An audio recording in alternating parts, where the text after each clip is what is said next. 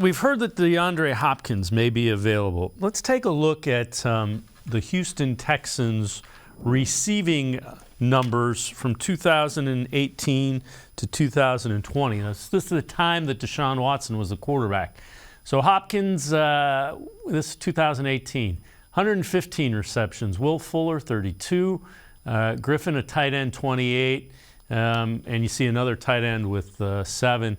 Hopkins, 11 TD receptions that year. 2019, the next year, Hopkins was targeted 150 times, 104 receptions, 7 touchdowns. You got Will Fuller, 71 with 3. Kenny Stills, another speed guy, 55 and 4 touchdowns. Then again, a couple of your tight ends, Atkins, a couple of touchdowns.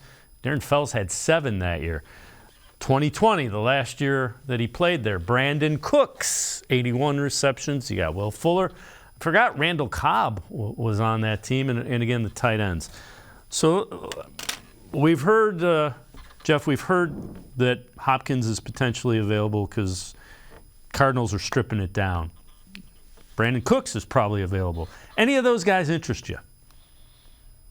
The problem is how much money you're going to commit to that room. And the first issue that comes to it is, where are you right now with Donovan Peoples-Jones? Donovan Peoples-Jones coming off, obviously, the best year, not of his career in the NFL, best season of his life. I mean, he was not this good at Michigan. Early in his career here with Cleveland, he did not put up this type of production.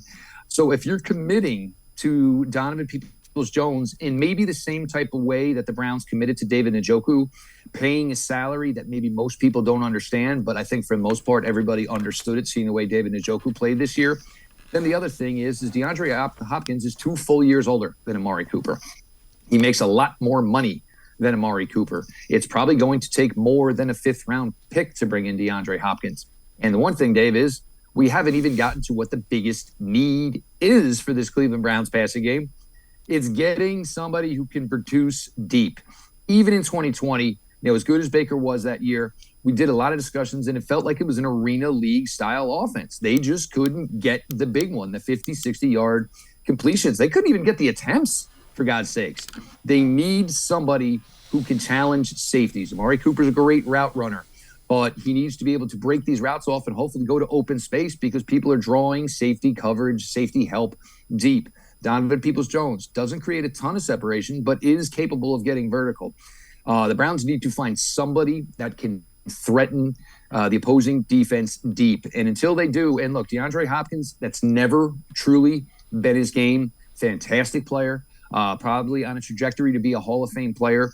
And I think moving on, DeAndre Hopkins saw that he could still be the same type of player he was without Deshaun Watson. So I'm not saying that DeAndre Hopkins is just saying, all right, well, if I'm out of here, I'll just go with Deshaun. There could be a lot of opportunities.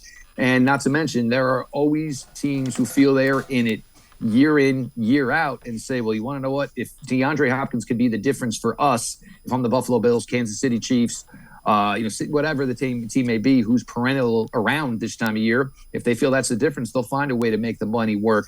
It's not an issue with DeAndre Hopkins, but I think it's just kind of more of the same, essentially, of what this team currently has at the wide receiver position. Yeah, I would agree. The other thing with that speed element, you get the ball to somebody like that on a 3-4 yard, out route, a crossing route, and they turn it into 20 yards. That's what this offense definitely needs.